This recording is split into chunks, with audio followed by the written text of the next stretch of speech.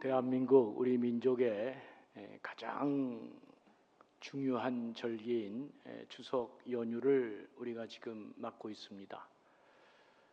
우리 민족의 정서를 가장 크게 이렇게 반영하고 있는 절기이기 때문에 이 추석의 위대한 힘은 그 어떤 세상에, 특히 우리나라에서 어떤 것으로도 막을 수 없는 대단한 위대한 힘을 갖고 있는 절기가 이 추석 명절입니다.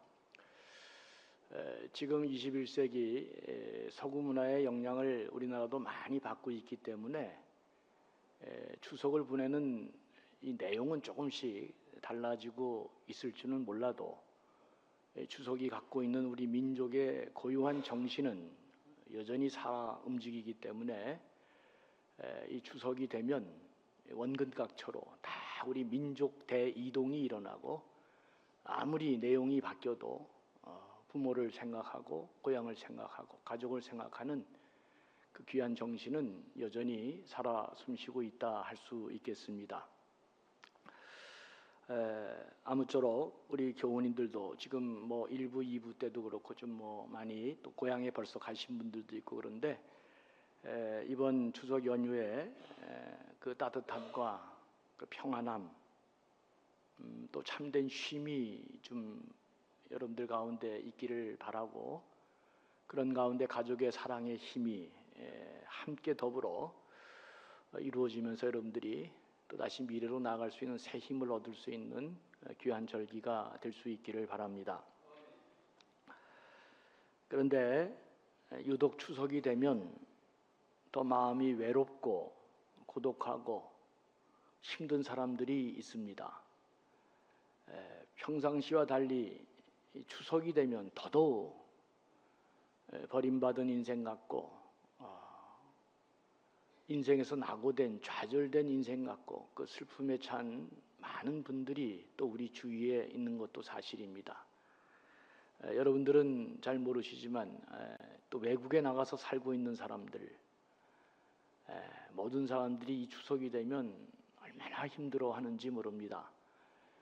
근데 우리 대한민국의 사람들이 이 추석이 되면 우리나라 뭐 어떤 것보다도 탁월한 일위로 위로받는 그런 내용이 있습니다.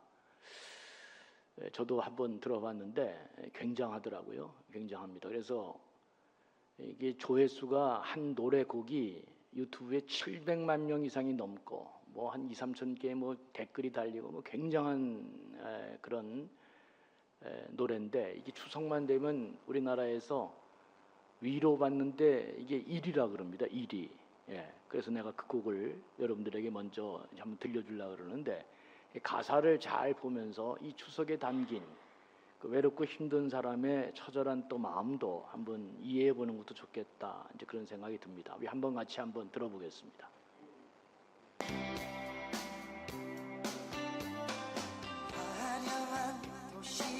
볼륨을 조금 올리세요. 그리며 찾아왔네.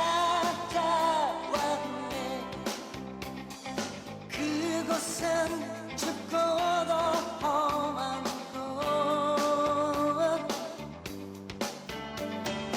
여기저기 헤매다 초라한 문턱에서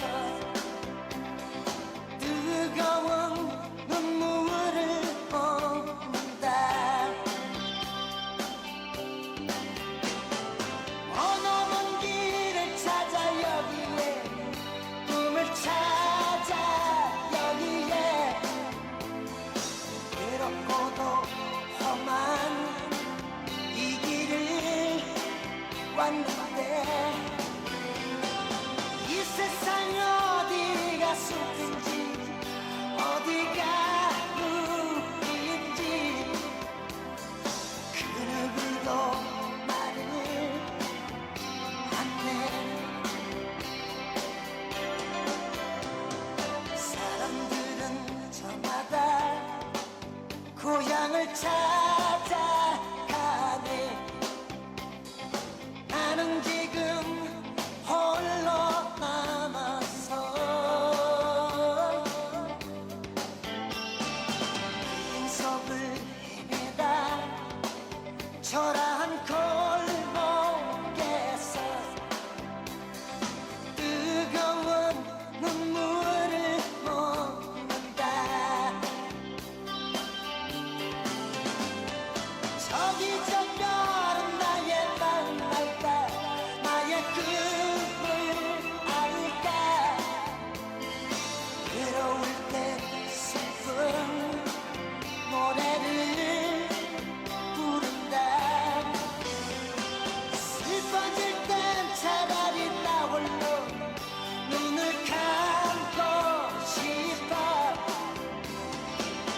사랑의 향기들을 면서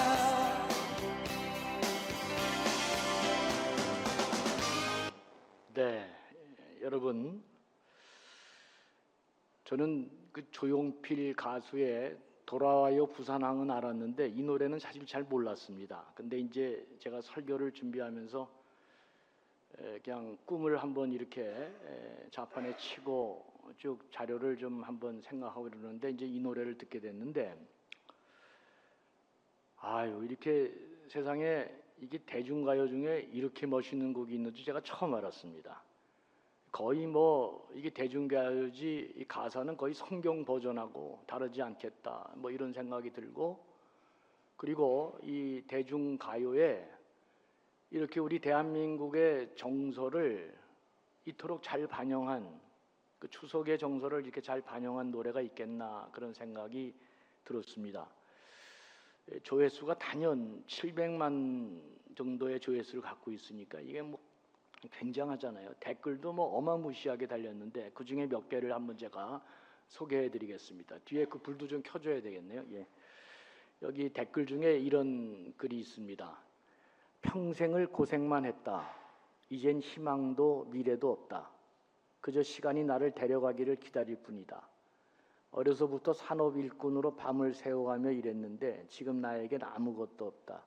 조용필의 노래로 위안을 삼는다. 이렇게 쓴 글을 제가 봤습니다. 또 이 노래를 들으면 그토록 눈물이 난다. 꿈을 찾아 고향을 떠나 도시로 온 나를 위로해주는 유일한 벗이다. 그랬습니다. 또 어떤 분은 40대 중반인데 지금은 진짜 뜨거운 눈물을 먹는다는 말이 무엇인지 가슴으로 느껴집니다. 이런 글도 썼습니다. 또 다른 분은 6개월 전, 이분은 아마 지방에서 서울로 올라간 분인 것 같아요. 서울 하얀 눈이 펑펑 내리던 어느 날 리어커 스피커에서 흘러나오던 노래 조용필의 꿈. 까닭없는 서러움에 울었던 내 젊었던 시절의 노래다. 그렇게 기록했습니다. 또 어떤 분은 음색, 창법, 사운드, 작사, 작곡까지 이것은 사람의 작품이 아닌 신이 빚은 선물이다. 이렇게도 썼어요. 이게 어디 이런 노래가 어디 사람이 만든 거냐? 신이 빚은. 그러니까 이게 얼마나 대한민국의 사람들이 이 노래에 공감하고 있는지를 표현하는 굉장한 글이죠. 또 다음 글을 보니까 지금 이 시대에도 관통하는 정서다. 이런 가수가 있다는 게 행복하다. 역시 가왕이다. 완벽 그 자체. 뭐 이렇게도 썼고요. 가족 친척 축복 속에 뉴욕에 유학 왔다. 추석. 이토록 소중하고 아пт단 단어가 어디 있을까? 엄마 아빠가 너무 보고 싶다. 초라한 모습으로 맨하탄 한 건물 사이를 걸으며 쏟아지는 눈물이 이 노래 속에 뿌려진다.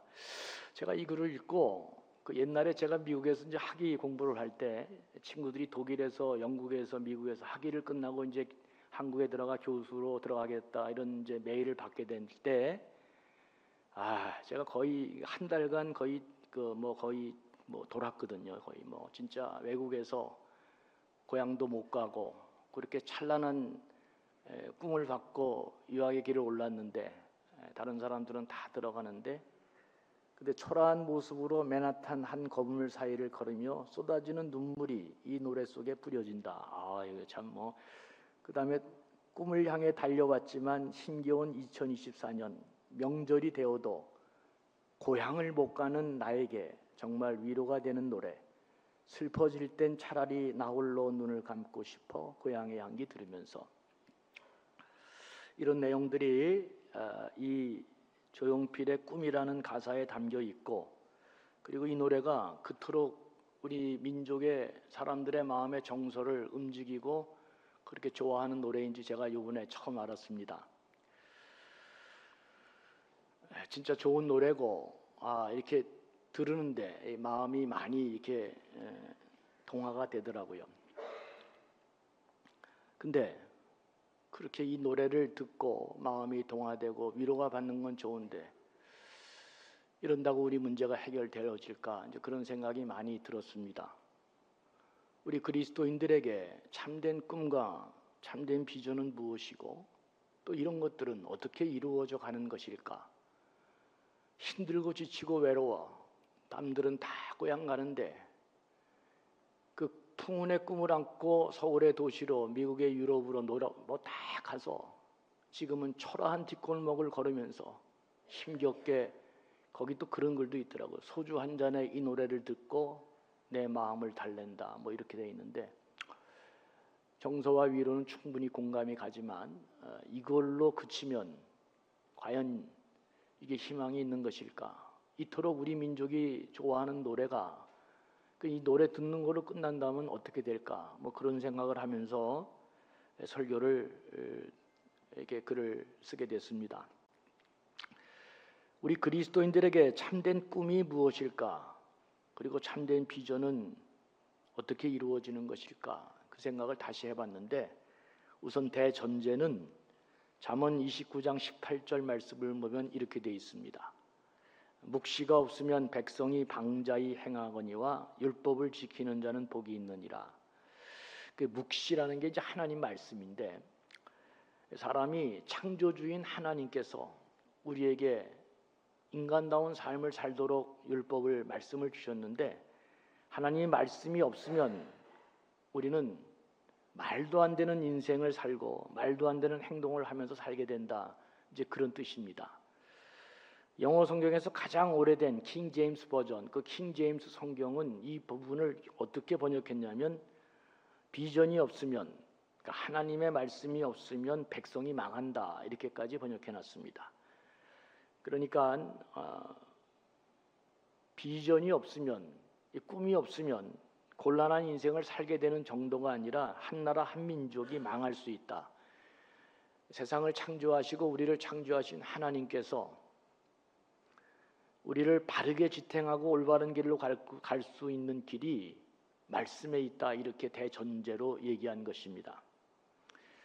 오늘은 그 말씀의 시작인 창세기에 나오는 한 가족의 이야기를 통해서 참된 비전과 꿈이 어떻게 이루어지는지를 생각해 보려고 하는데 창세기는 우리가 다 알다시피 우리 모든 삶의 기원과 시작을 알리는 책이고 우리의 모든 시작과 끝이 어떻게 이루어지는지를 설명하는 아주 귀한 철학적 원리가 담겨 있는 귀한 책이잖아요. 거기에 마지막 부분에 요셉의 가족, 그러니까 야곱을 아버지로 하는 한 가족의 이야기가 소개되어 있습니다. 그 요셉의 생애를 통해서 하나님의 사람의 꿈과 비전이 어떻게 전개되는 것인지를 생각해 보려고 합니다. 첫 번째로 우리가 대전제로 생각해야 될 것은 그리스도인의 비전은 우리 예수 믿는 사람들, 하나님의 자녀가 된 우리 그리스도인의 비전은 우리의 비전이 아니고 하나님의 비전이다 하는 생각을 갖는 게 중요합니다. 다시 말하면 세상 사람들은 자기가 뚫어지게 보고 통찰해서 얻은 결과로 어떤 꿈도 생기고 비전도 생기겠지만 하나님의 사람들은 하나님이 보여주시는 것을 하나님이 주시는 것을 꿈으로 삼고 비전으로 삼는다. 그러니까 여러분들이 콩나물 시루같이 교회에 와서 다 이게 물이 빠지듯이 빠지는 것 같지만 여러분도 모르는 사이에 말씀을 듣고 예배 듣고 성경 공부하면서 하나님 나라 세계의 비전과 꿈이 여러분 안에 담겨 있고 그래서 여러분의 소원이 그 안에 담겨 있다는 사실을 여러분 꼭 아는 게 중요합니다. 야곱의 가정은 11명의 아들, 당시에는 11명의 아들이 있었습니다. 그 중에 막내가 11번째 아들이 요셉인데 이 요셉이 어느 날 꿈을 꾸었습니다.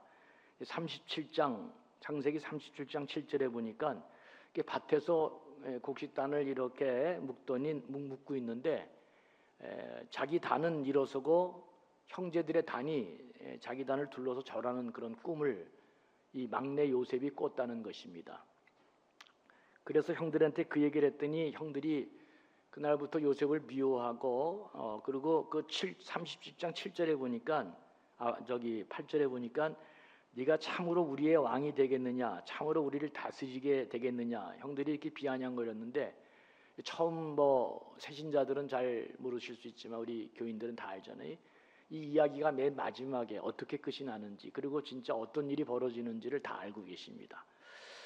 요셉이 또 다른 꿈을 꿨습니다. 요셉이 다시 꿈을 꾸고 형들에게 뭐라고 얘기하냐면 내가 꿈을 꾼 즉 해와 달과 11별이 내게 절하더이다 이렇게 얘기를 했습니다.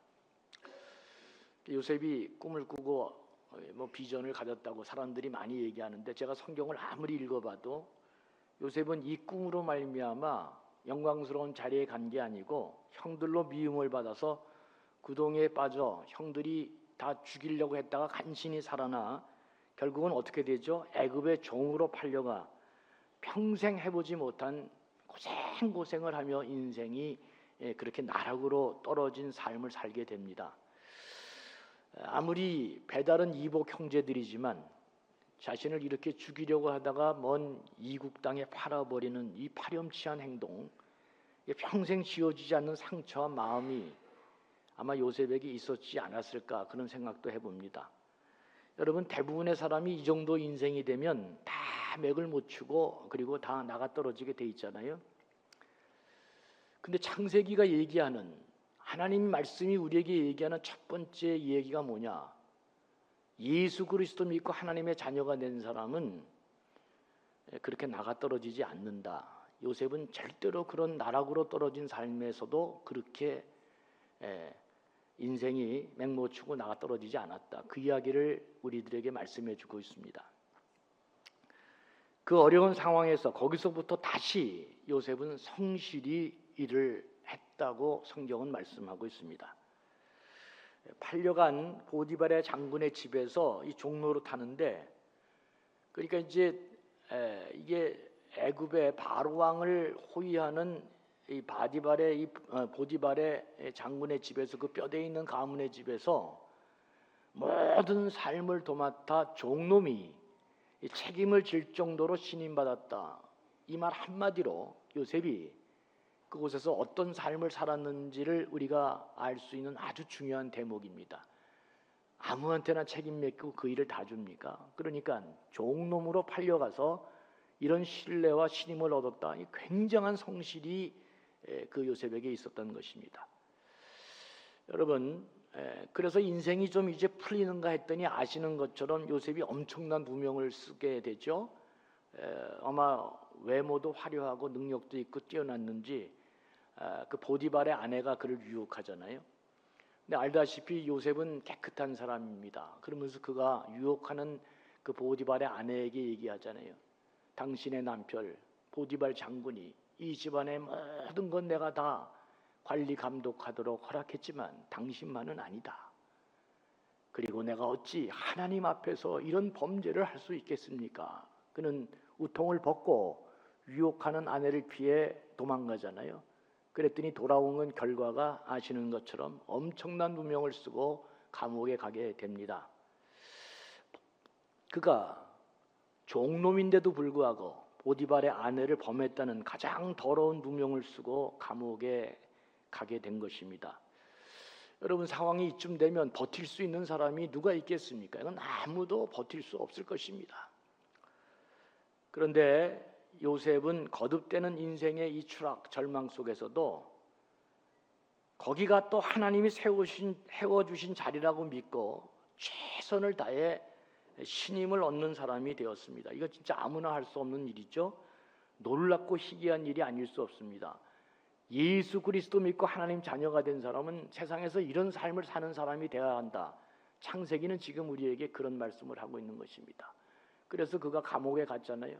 감옥에서 그가 어떻게 생활했는지 창세기 39장 22절 23절은 이렇게 말씀해 주고 있습니다. 간수장이 옥중 죄수를 다 요셉의 손에 맡김으로 그 죄반 사물을 요셉이 처리하고 간수장은 그의 손에 맡긴 것을 무엇이든지 살펴보지 아니하였다.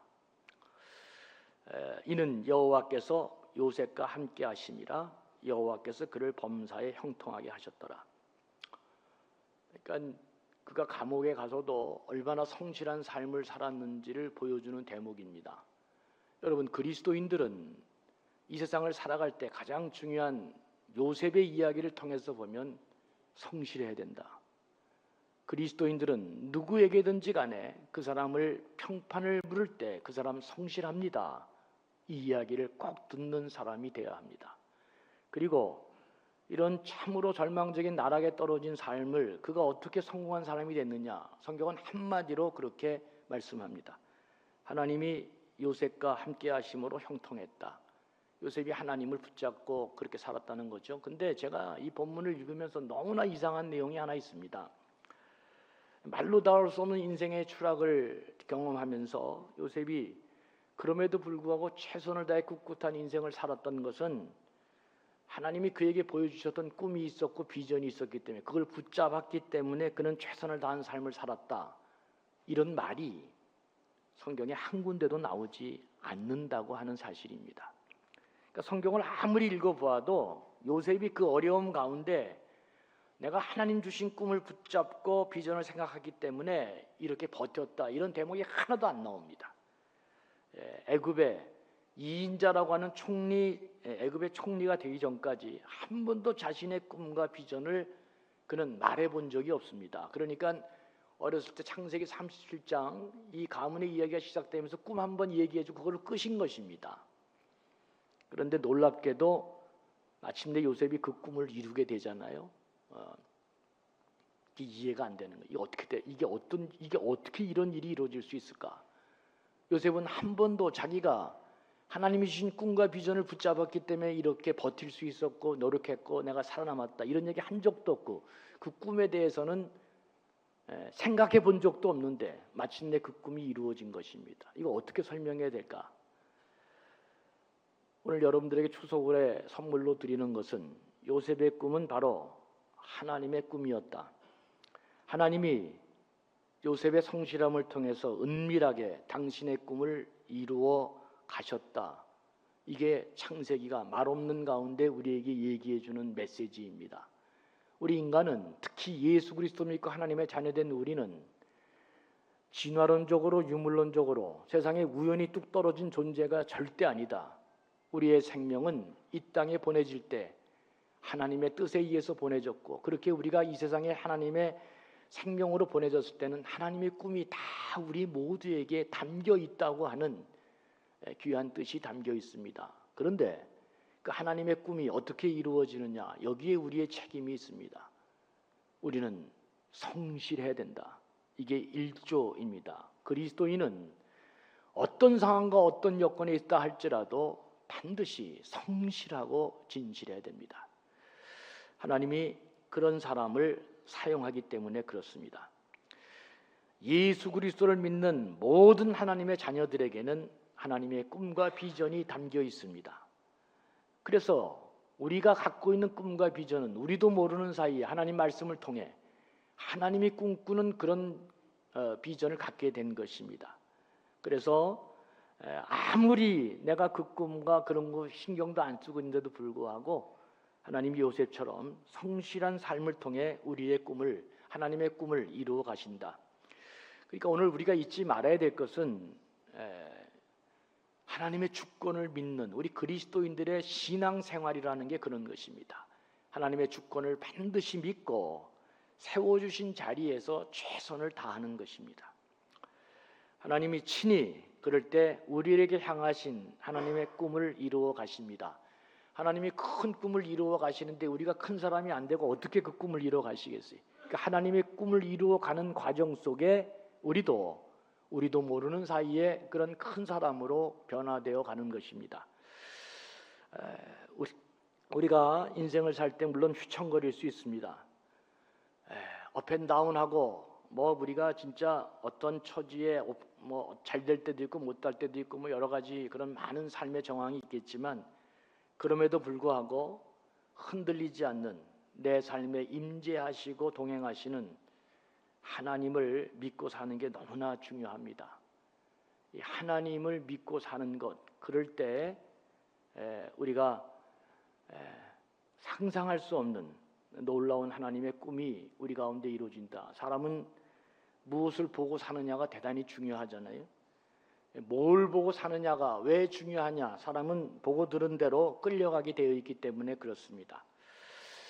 보는 게 중요한데 이걸 고상한 말로 비전이다 그렇게 말씀드릴 수 있는데, 비전이 중요한 것은 무엇을 보고 또 무엇을 내가 보고자 하느냐에 따라서 한 인생이, 한 기업체의 운명, 흥망성쇠가 결정될 수 있기 때문에 그렇습니다.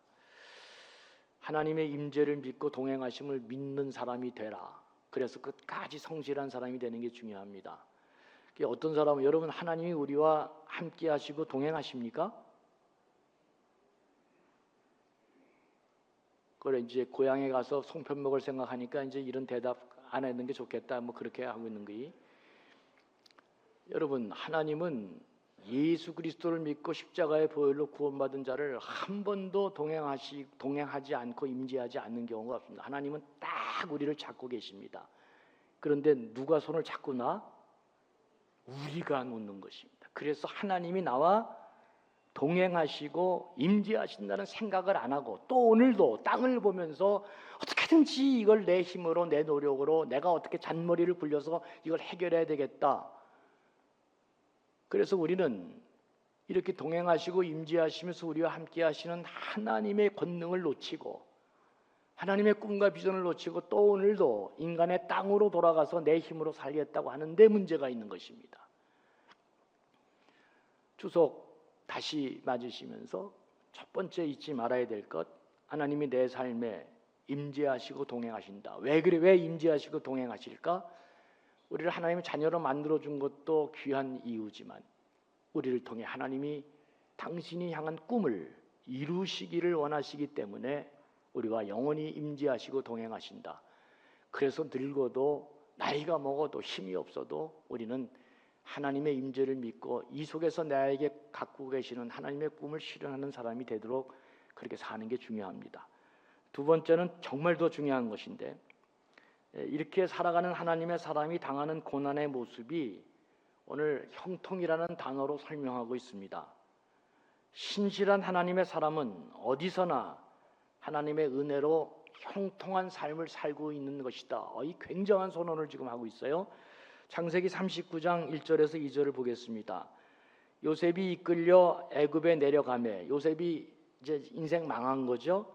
바로시나 친위대장 애굽 사람 보디발이 그를 그리로 데려간 이스마엘 사람 손에서 요셉을 사니라. 그러니까 창세기 39장 1절은 뭐예요?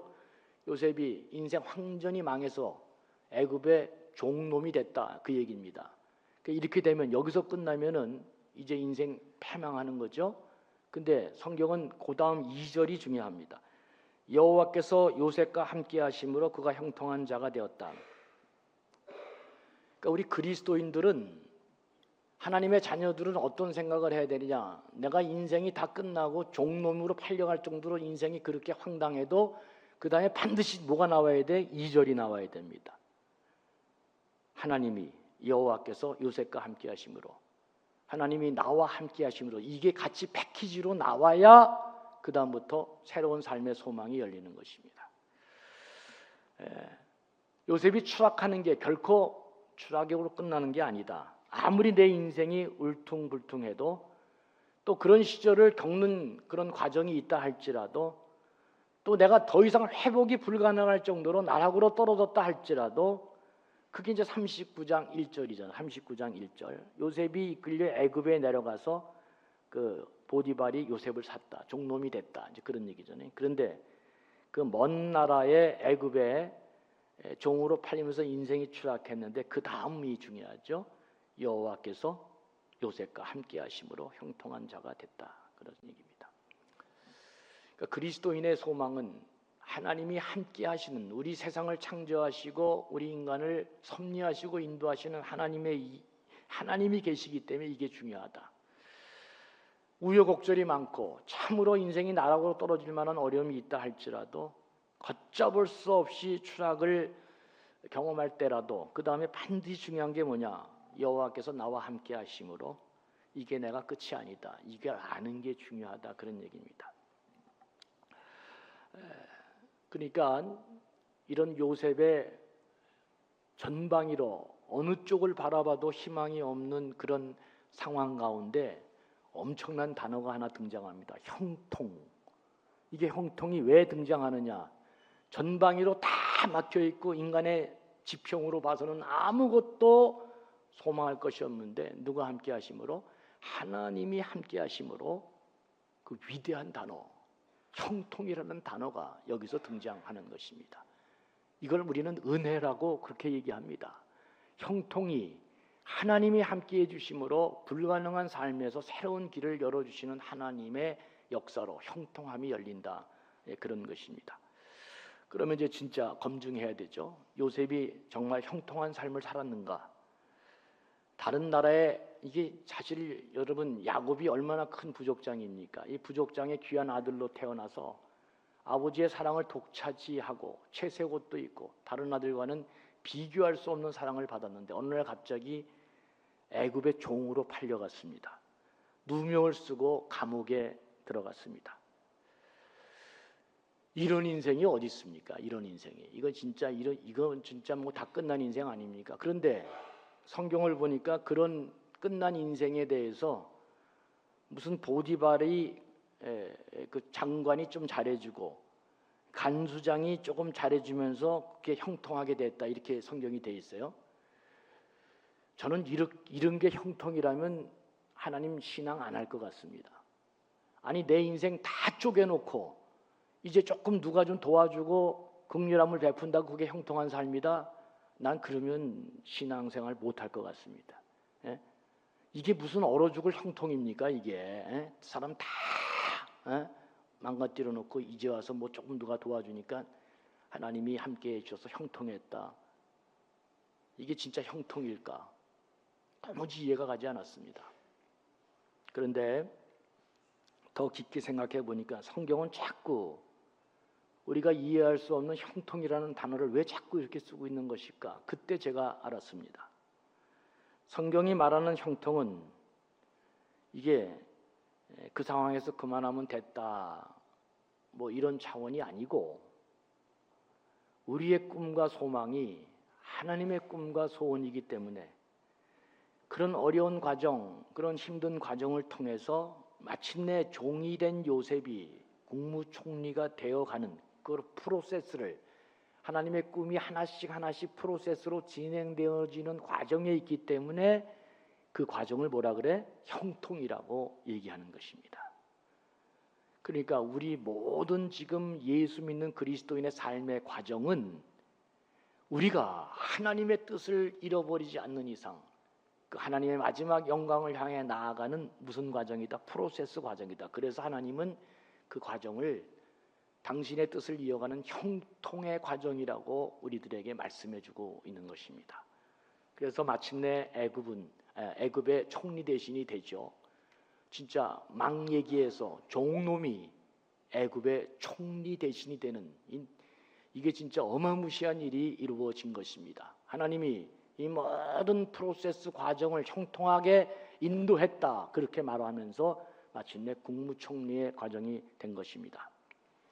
그러니까 하나님의 뜻을 이루어가는 과정에 세상적인 눈으로 볼 때는 그게 형통한 것이 아니라 할지라도 왜 성경이 형통하다고 얘기하는 것인지 보디발의 집에 팔려가서 거의 다 뭐 죽게 됐는데 그래도 사랑받아서 그의 신임을 받은 게 왜 형통한 것인지 감옥살이 하면서 인생 다 끝난 줄 알았는데 거기서 또 간수장이 도와주셔서 그래 잘된 게 왜 신임을 받는 과정을 형통한 것이라 했는지 그런 모든 과정을 통해서 마침내 궁극적인 하나님의 비전을 이루어 가시는 것 이게 성경이 말하는 형통의 의미입니다. 그러니까 우리가 이해할 수 없는 고난과 아픔과 그 과정을 거쳐가는 과정 속에 하나님이 그걸 형통이라고 얘기하는 것은 우리를 고쳐 쓰시기도 하고 환경을 바꿔 쓰시기도 하고 다 이런 과정을 거쳐서 하나님이 원하시는 뜻을 향해 나아가고 있기 때문에 그 과정을 하나님이 지금 당신의 입장에서는 형통한 길로 잘 가고 있다. 당신의 뜻을 이루는 과정으로 그렇게 말씀하고 있는 것입니다. 그러니까 하나님의 큰 계획 속에 우리 인생이 울퉁불퉁하고 어려운 일을 당할 수도 있지만 그래서 다른 사람이 보기엔 저게 무슨 형통이냐 불통이지 이렇게 말할 수도 있지만 꿈을 이루어가는 하나님이 완성을 이루어가는 과정 속에 불가피하게 거쳐야 되는 하나의 프로세스로 그것을 형통이라고 얘기하고 있다. 그러니까 하나님 놓치면 우리 그리스도인들은 다 끝나는 것입니다. 의미가 없는 것입니다. 누명을 쓰고 감옥에 들어갔는데 거기 술 맡은 관원장, 떡 맡은 관원장을 만났습니다. 그래서 요셉이 꿈도 잘 해결해주고 얼마나 잘 도와줬어요. 그걸 부탁합니다. 당신은 곧 나갈 테니 나가면 나를 잊지 말아주세요. 술 맡은 관원장이 거기서 풀려났는데 요셉을 잊지 않았어요? 잊었어요? 아이고 이런 고약한 놈이 다 있나 진짜. 그러니까 요셉이 감옥 안에서 얼마나 열이 받았을까요? 안 받았을까요? 예, 각자 알아서 생각하세요. 그러고서 2년을 그냥 거기서 묻었어요. 이 감옥에서. 그런데 꼭 2년이 지난 사이에, 그러니까 감옥에서 얼마나 요셉이 많은 생각을 또 했겠어요. 근데 2년이 지난 다음에 바로 왕이 꿈을 꿨는데 그 당시에 거기에 모든 주술사 중에 아무도 바로 왕의 꿈을 해석할 사람이 없었는데 누가 그 꿈을 해석했다? 그때 술 맡은 관원장이 그거 잘하는 사람이 있습니다 하고 바로 왕에게 얘기해서 결국 애굽이 이제 애굽의 총리 대신으로 등극하게 됩니다. 근데 그때 만약에 감옥에 있지 않았으면 어떻게 찾았겠어요? 지금 이렇게 제가 하는 이야기가 뭐냐면 다 그 모든 과정이 프로세스, 하나님의 진행되는 과정 속에 있기 때문에 그래서 요셉은 원망하지 않았습니다. 여러분 오늘도 여러분 주위에 열받게 하는 사람이 많이 있을 수 있는데 조금 더 큰 시각으로 하나님의 섭리론적으로 바라보면은 열받을 일은 아닙니다. 하나님이 내 모든 과정 속에서 나를 지금 그렇게 만들어 가시고 있다고 선의적으로 이해하면 여러분 더 큰 사람이 될 수 있습니다. 신실한 그리스도인의 삶은 세상 사람들이 보기에는 정말 불통같이 보이지만 그 불통 같은 형통한 삶을 살고 있다. 그래서 이 창세기 요셉 이야기 중에 가장 중요한 정신, 진실하고 성실한 사람이 되어야 된다 하는 거, 어떤 상황에서 우리 그리스도인들은 누가 봐도 믿을 만한 사람이 되어야 되는 것입니다. 이게 참 중요합니다.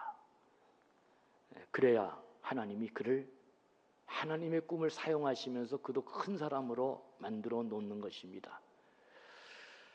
신약에 와서 바울은 이 놀라운 구약의 정신을 한마디로 로마서 8장 28절에 이렇게 정리합니다. 우리가 알거니와 하나님을 사랑하는 자 여러분들이죠. 또 그의 뜻대로 부르심을 입은 자들 여러분들입니다. 여러분들에게는 모든 것들이 합력하여 선을 이루느니라.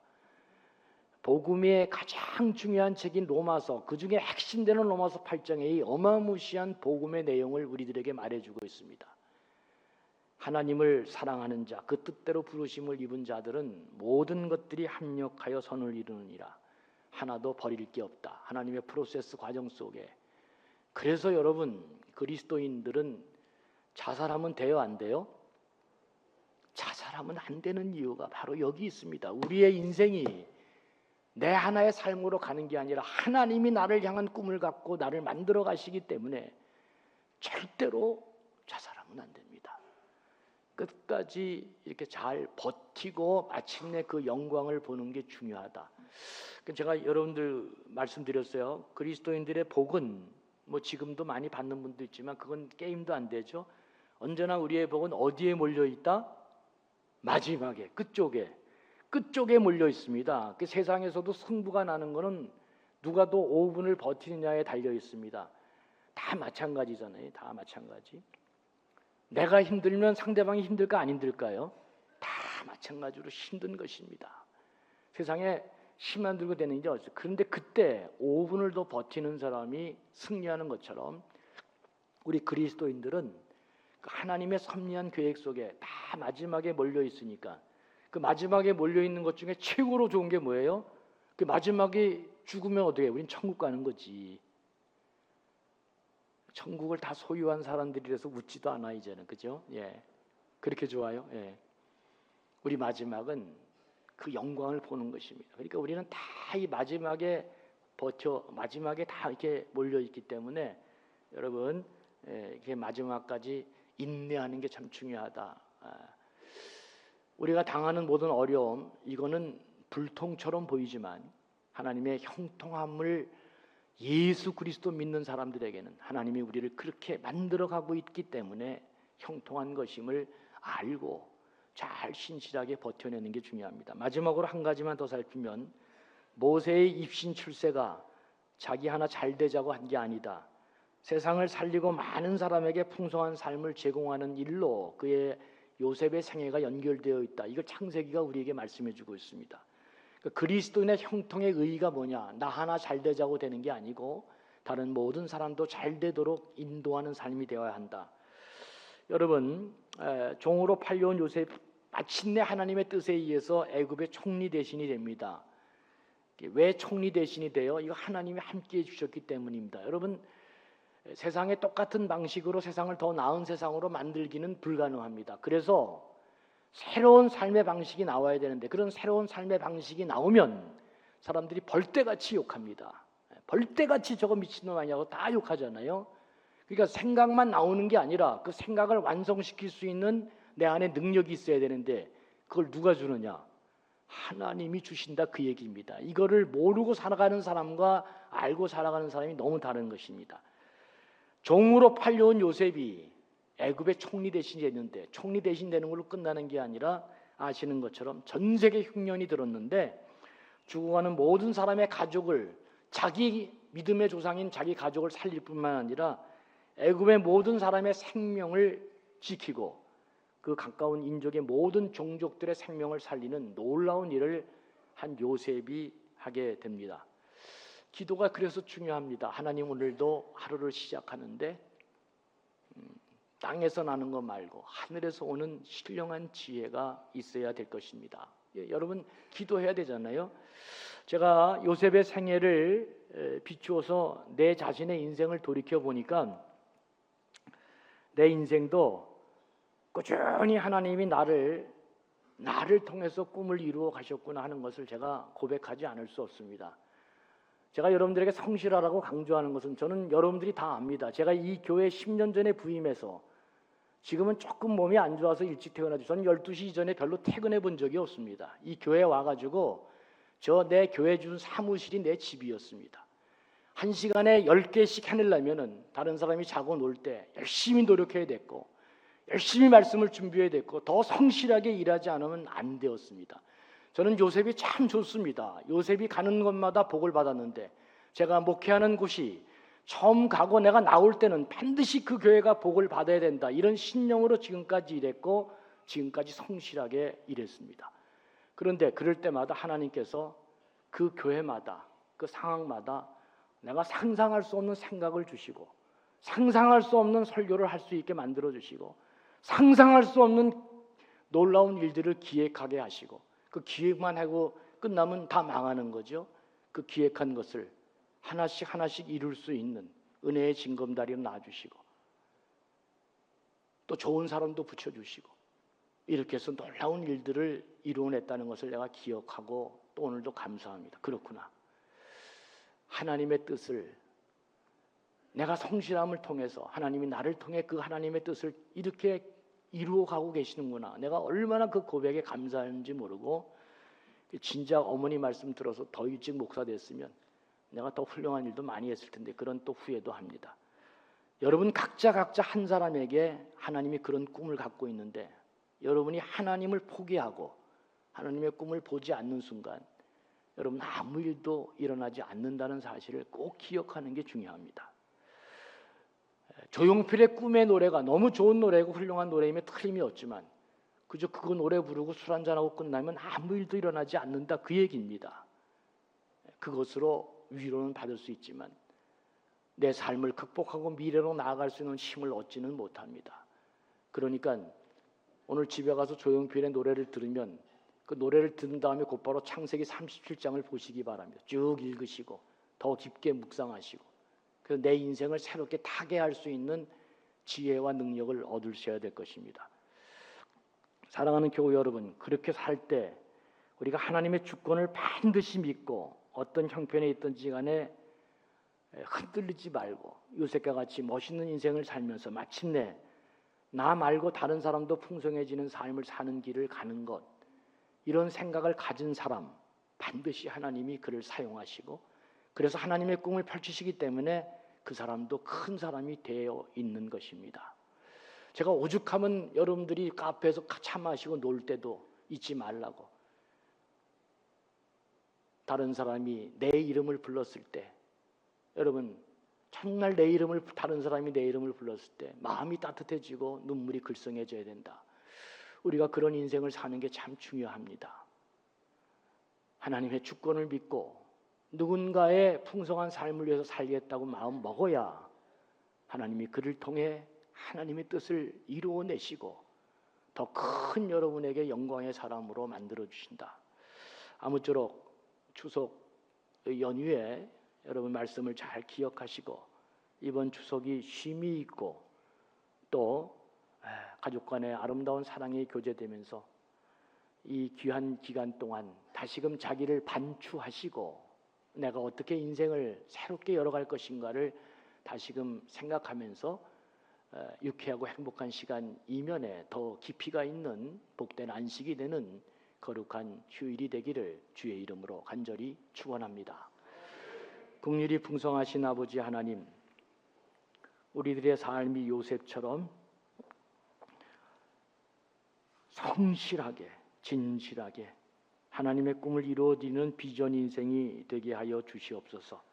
어떤 형편에 있든지 하나님이 내 삶을 잡고 계시고 나를 통해 하나님의 꿈을 이루어 가시는 내가 소중한 사람임을 잊지 말고 오늘도 그 하나님의 섭리하심을 굳게 믿고 내 삶을 통해 많은 사람들에게 유익을 주는 복된 사람들 되게 해 주시옵소서. 이번 추석 명절을 통해 그동안 너무나 많이 힘들고 무거운 짐을 지고 여기까지 왔는데 주여 사랑하는 주의 백성들에게 참다운 쉼의 안식을 주시되 또 한번 깊이 성찰하면서 이 쉼을 통해 더 큰 미래로 나갈 수 있는 하나님의 귀한 백성들 되게 해 주시옵소서. 감사하며 예수님의 이름으로 간절히 축복하며 기도합니다. 아멘.